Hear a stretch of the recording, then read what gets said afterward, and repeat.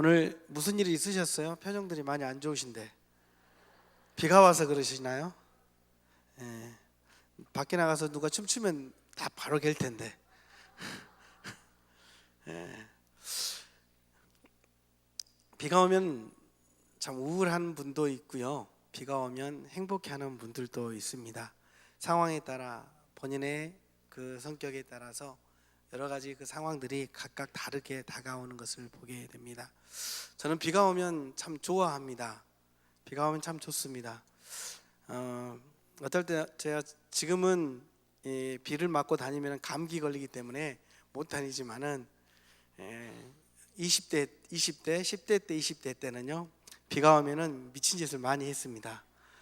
오토바이를 타고 비를 맞고 괜히 막 돌아다니는가 하면 그런 적도 좀 많이 있었어요.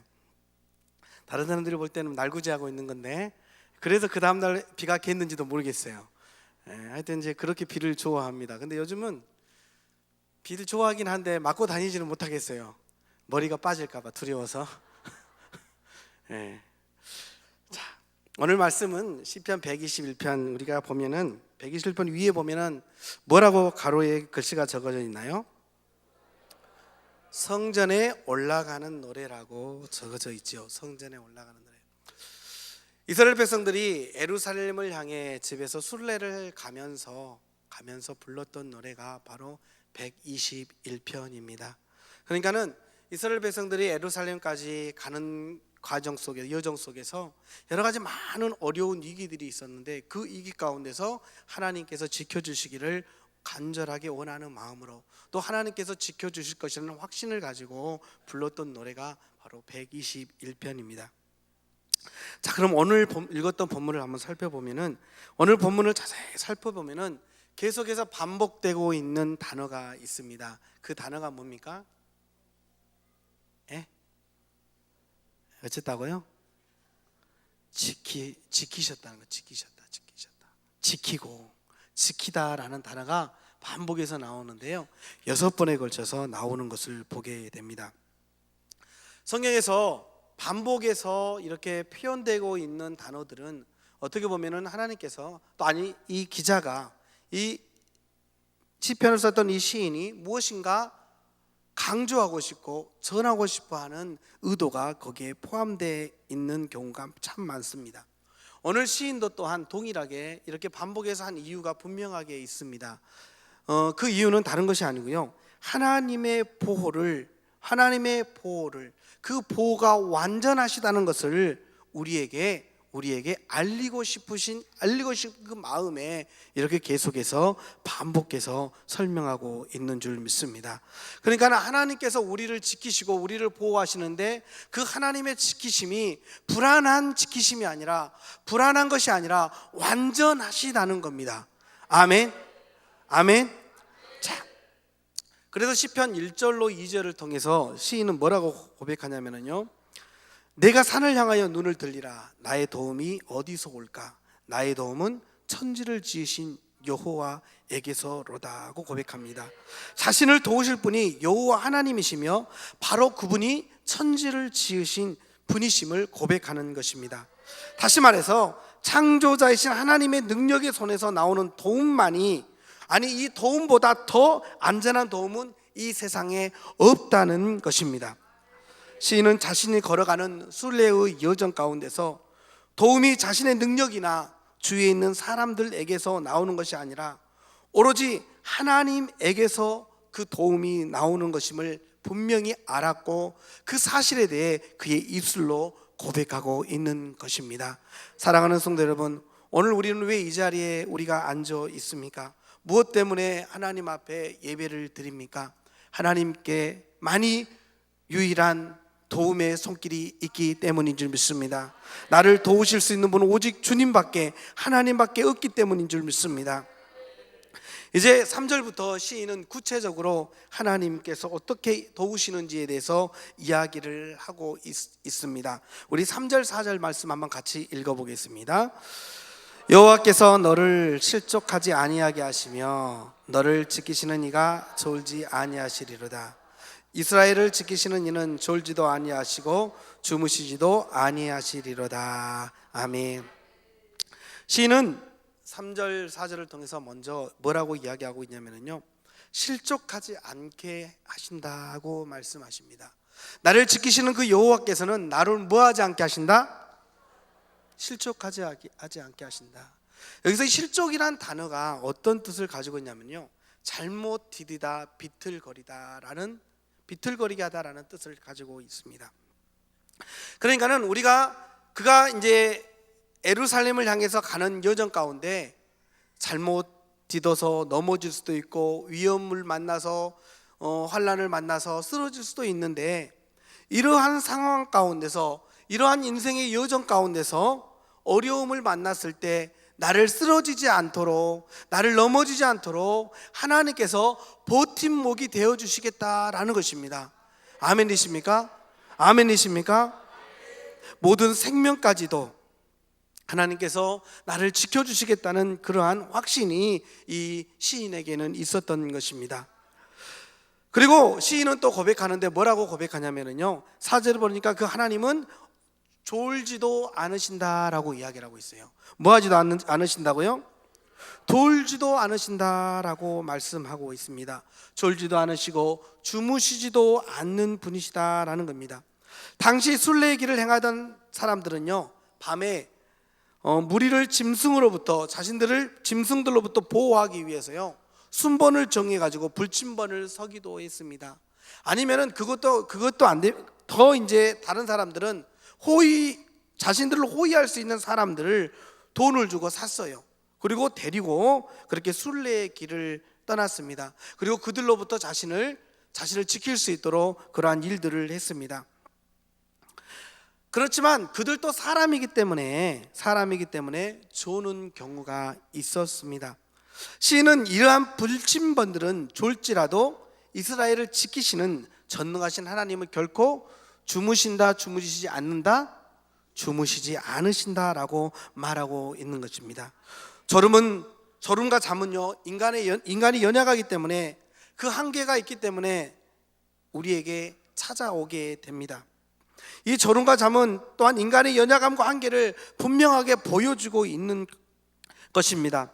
연약하기에 잠을 잘 수밖에 없고, 몸이 약해지면 점점 더 쉽게 졸음에 빠져들게 되는 것입니다. 그러나 하나님은 이러한 인간의 한계와 연약함을 뛰어넘는 분이십니다. 능력과 권세와 사랑과 긍휼로 완벽하게 우리를 보호하시고 지키시는 분이신 줄 믿습니다. 그 하나님께서 오늘도 우리를 지키시고 계십니다. 그 하나님은 우리를 지키시기 위해서 졸지도 않으시고 주무시지도 않으시고, 우리의 가는 여정 가운데서 우리를 실족하지 않도록 우리의 든든한 버팀목이 되어 주시는 줄 믿습니다. 그리고 5절에서 이제 시인은 또 이렇게 하나님의 우리의 지키심에 대해서 고백하고 있습니다. 같이 보겠습니다. 여호와는 너를 지키시는 이시라. 여호와께서 내 오른쪽에서 내 그늘이 되시나니. 아멘. 여호와께서는 우리를 지키시는 분이신데 어떻게 해요? 우리의 오른쪽에서 뭐가 되신다고요? 그늘이 되어 주신다고 그러죠. 그늘. 이스라엘은 우리와 기후 조건이 다릅니다. 거의 건조한 기후, 사막의 기후입니다. 그렇기 때문에 그늘이라는 것은 그들에게 너무도 귀한 곳입니다. 그리고 사막에서 그늘을 볼 수 있는 것은 어디입니까? 오아시스, 물이 있는 곳, 그리고 나무가 있는 곳이 바로 그들이 쉴 수 있는 곳입니다. 그래서 그들에게 있어서 그늘이라는 것은 어떤 의미냐면은 휴식이요, 안식처라는 의미가 있는 것입니다. 다시 말해서 하나님께서 이스라엘 백성들을 지키시는데, 당신의 백성들을 지키시는데 어떻게 지켜주신다는 겁니까? 내가 너의 휴식처요, 안식처가 되어 주시겠다는 것입니다. 너에게 편안한 쉼을 약속해 주시겠다는 말씀이신 것입니다. 이렇게 계속해서 하나님께서는 시인을 통해서 하나님의 그 지키심을 계속 고백하게 하십니다. 6절과 7절과 8절에 계속해서 고백하는데 뭐라고 고백하냐면요, 같이 볼게요. 시작. 낮의 해가 너를 상하게 하지 아니하며 밤의 달도 너를 해치지 아니하리로다. 여호와께서 너를 지켜 모든 환난을 면하게 하시며 또 내 영혼을 지키시리로다. 여호와께서 너의 출입을 지금부터 영혼까지 지키시리로다. 아멘. 하나님이 우리를 지키시는데요, 어떻게 지키십니까? 낮의 해가 우리를 상하게 할 수가 없고요, 밤의 달이 우리를 해치지 못하게 하나님께서 그렇게 우리를 지키신다는 겁니다. 그뿐만이 아니라 우리를 모든 환난 가운데서 우리를 지켜주신다는 겁니다. 그리고 그 환난을 면하게 해 주신다는 겁니다. 환난만 면하게 해 주시는 것이 아니라 무엇까지도 지켜주십니까? 우리의 영혼까지 지켜주신다는 겁니다. 그 하나님이 바로 저의 하나님이고 그 하나님이 바로 우리의 하나님인 줄 믿습니다. 그 하나님은 또 말씀하시기를 너의 출입을 지금부터 영혼까지 지켜주시겠다고 말씀하십니다. 우리를 언제까지 지켜주신다고요? 영혼까지 지켜주시겠다고 약속하시는 것입니다. 사랑하는 성도 여러분, 어디를 둘러보아도 이 세상에는 우리를 안전하게 보호해주고 지켜줄 방패막이는 없습니다. 어디를 둘러보고 아무리 찾아보아도 우리를 지켜주고 우리를 보호해줄 방패막이는 찾을 수가 없습니다. 사랑하는 남편이 방패막이가 되어줄 수 있을까요? 엄마 아빠가 방패막이가 되어줄 수 있을까요? 어디를 둘러보아도 완전하신 보호의 손길로 지켜주시고 완전하신 사랑으로 감싸주실 분은 하나님밖에 없는 줄 믿습니다. 제가 신학교 다닐 때 수업 중에 한번 교수님께서 이런 숙제를 내주신 적이 있었습니다. 전에 한번 이야기했던 것 같은데요, 다음 시간에는 내가 체험한 하나님의 은혜들을 서로 나누는 시간을 한번 가졌으면 좋겠다 하는 숙제를 내줬던 적이 있었어요. 다음 시간에는 내가 체험한 하나님의 은혜. 뭘요? 내가 체험한. 혹시 이 자리에 앉아 계신 분들 중에 신앙생활은 하신 지 오래되셨지만 직접적인 하나님의 체험을 하지 못하신 분들도 있을 것입니다. 이 숙제를 제가 받았을 때만 해도 저에게는 그런 체험이 없었습니다. 직접적인 하나님의 그 은혜를 누렸던 체험이 저에게는 없었어요. 근데 제 신앙이 어떤 신앙이냐면은 모태신앙이었습니다. 무슨 신앙이요? 못된 신앙 말고 모태신앙이었습니다. 모태신앙이었어요. 저희 부모님은 어려서부터 제가 태중에 있을 때부터 신앙생활을 하고 계셨고요, 그리고 태어나면서부터 저는 어머니의 손에, 아버님의 손에 이끌려서 교회를 다녔습니다.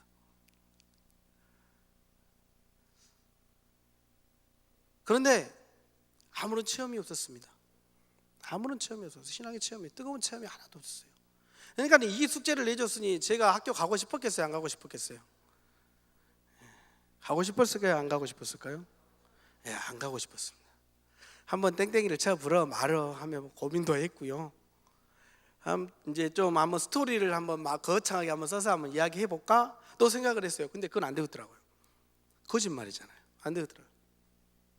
안 갈 수도 없고 또 그렇게 할 수도 없어서 가기는 갔어요. 그날 갔어요. 가서 체험이었기 때문에 할 말이 없으니까 저는 제일 뒷자리에 앉아 있었습니다. 뒷자리 구석에 앉아서 이 양반들 도대체 뭐라고 이야기하는가 보자 하고 열심히 저는 듣고 있었습니다. 이야, 들으니까는요, 별의별 체험들이 다 있더라고요.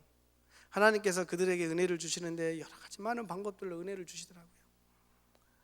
이 자리에 앉아 계시는 우리 성도님들도 동일하게 하나님께서 직접적으로 이렇게 만져주시고 터치해 주시면서 주셨던 은혜들을 경험하신 분들이 참 많을 거예요. 그 자리에 있는 같은 신학생들, 우리 친구들도 그런 은혜들이 참 많았어요. 근데 반대로 저는 그 은혜가 없었어요.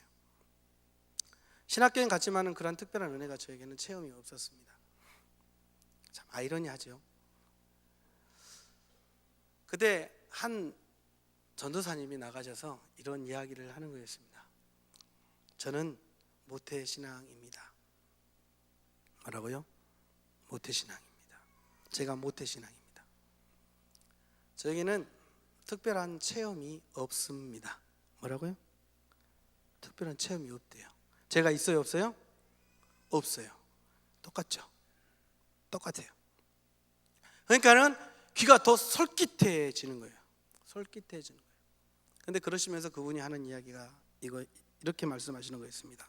하지만 저는 지금 이곳에서 많은 분들이 이야기하시는데 이분들보다 더 큰 하나님의 은혜를 매일매일 체험하고 있습니다. 없다게 놓고 있다. 이상하더라고요. 이상하더라니까요. 기적을 경험하고 있다는 거예요. 그러면서 그분이 하셨던 이야기가 그거였어요. 저는 지금까지 살아오면서 저의 삶은 굴곡이 없이 평안한 삶이었습니다. 어려움이 저에게는 없었습니다. 평안한 삶이 계속해서 제가 지금 이 자리에 있을 때까지 있는 순간까지도 평안한 삶이 저에게 있었습니다. 어려움이 없었고 평안했습니다. 근데 그 이야기를 들으니까 저도 그랬더라고요. 굴곡이 없었고 하나님께서 때를 따라 이렇게, 지금은 하나님께서 인도해 주셨는데 그때는 그냥 어려움이 없었어요. 평안했어요. 때를 따라 모든 것이 공급이 되었고 살 때 부족함이 없었어요. 그게 저희 모습과 너무도 같았어요. 그러면서 그분이 하는 이야기가 바로 그것이 저에게는 최고의 기적입니다. 하나님께서는 한순간도 저를 외면하지 않으셨고 저를 떠나지 않으셨고 위험과 위기 가운데도 저를 지켜주셨습니다.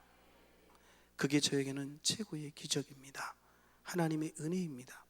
평범한 것 같은데, 잊어버린 것 같은데 이 사실이 그에게는 최고의 기적이었다라고 이야기를 했습니다. 그런데 그 이야기를 듣고 보니까는 제가 놓친 것이 그것이었더라고요. 하나님은 이미 이 땅에 내가 태어나는 그 순간부터 나를 당신의 자녀로, 아니 이 땅에 내가 조성되는 그 순간부터 나를 당신의 자녀로 삼아주셨고 매 순간 단 한순간도 나를 외면하지 않으시고 나와 함께 하셨고 나를 지켜주셨는데 누가 몰랐어요? 내가 몰랐어요. 내가 몰랐고 오히려 아니야, 하나님 나를 그렇게 하지 않으셨어 하고 내가 하나님을 거부했었어요. 그게 깨달아지는데 하나님 앞에 얼마나 죄송스럽고요, 한편으로 얼마나 하나님께 감사했는지 모릅니다. 사랑하는 성도 여러분, 무엇이 최고의 기적이라고 여러분은 생각하십니까? 큰 위기 가운데서 하나님께서 그 위기를 이겨내게 해주는 것이 최고의 기적이라고 생각하십니까? 아니면 큰 어려운 질병 가운데서 병원에서 포기했는데 그 질병이 다 치료돼 버렸어요. 그게 기적입니까? 물론 기적입니다. 하지만 그보다 더 큰 기적을 저는 이것이라고 이야기를 하고 싶습니다. 지금까지 살아오는 모든 삶의 여정 속에서 단 한순간도 하나님께서 나를 외면하지 않으시고 지켜주신 은혜가 최고의 기적인 줄 믿습니다. 하나님께서 나를 이 자리에 나와 예배드리게 하기 위해서, 나를 하나님의 자녀 삼으시기 위해서 어떤 일들을 이루어 주셨습니까? 순간순간 모든 위기를 막으시기 위해서 수고해 주셨습니다. 뿐만 아니라 나로 이 자리에 오기까지, 하나님께서 나에게 구원의 은혜를 주시기까지 당신이 하나밖에 없는 독생자를 십자가에 못 박혀 죽게 하셨습니다. 피 흘리게 하셨고 고통 가운데 걸어가게 하셨습니다. 단 한순간도 나를 잊지 않으시고 주의 손으로 살펴주셨고 나를 안아주셨습니다. 지금까지 지내온 것 주의 크신 은혜라, 한이 없는 주의 사랑 어찌 이루 말하랴. 자나깨나 주의 손이 항상 살펴주시고 모든 일을 주 안에서 형통하게 하시네. 아멘. 내가 지금까지 살아오는 모든 시간들이 내가 잘나서가 아니었어요. 하나님께서 철저하게 나를 지켜주셨기 때문이셨습니다. 시인이 고백했던 것처럼 철저한 하나님의 지키심이 있었기 때문에 지금까지 내가 이렇게 살아올 수 있었던 것이었습니다. 지금 힘들고 어려운 상황 가운데 계신 분들, 하나님이 나와 함께하지 않는 것 같아? 아닙니다. 지금도 하나님께서는 우리와 함께하고 계십니다. 그리고 우리를 돕기 위해서 우리 하나님께 지금도 일하고 계시는 줄 믿습니다. 우리에게 더 나은 믿음, 더 확실한 믿음, 하나님을 향한 신뢰를 기대하고 있는 줄 믿습니다. 이런 확실한 은혜가 우리의 매일매일의 삶에서 고백되어지기를 원합니다. 사랑하는 성도 여러분, 여러분은 제가 경험했던 이 최고의 기적을 언제 여러분은 누리기를 원하십니까? 저는 지금 여러분들이 누렸으면 좋겠습니다. 이 기적은, 이 은혜는 어제 누릴 은혜가 아니고 앞으로 누릴 은혜가 아니고 지금 이 자리에서 누려야 될 은혜일 줄 믿습니다. 하나님은 지금 이 순간 나와 함께 하십니다. 하나님께서 지금 이 순간 나를 붙들고 계시고 나를 지키시고 계시고 나를 도우시며 나를 보호하시며 모든 삶의 여정 속에서 나를 인도하는 분이십니다. 나는 이 고백들이, 그리고 이 믿음의 확신들이 우리의 삶 속에서 지금 이루어지기를 주님의 이름으로 축복합니다.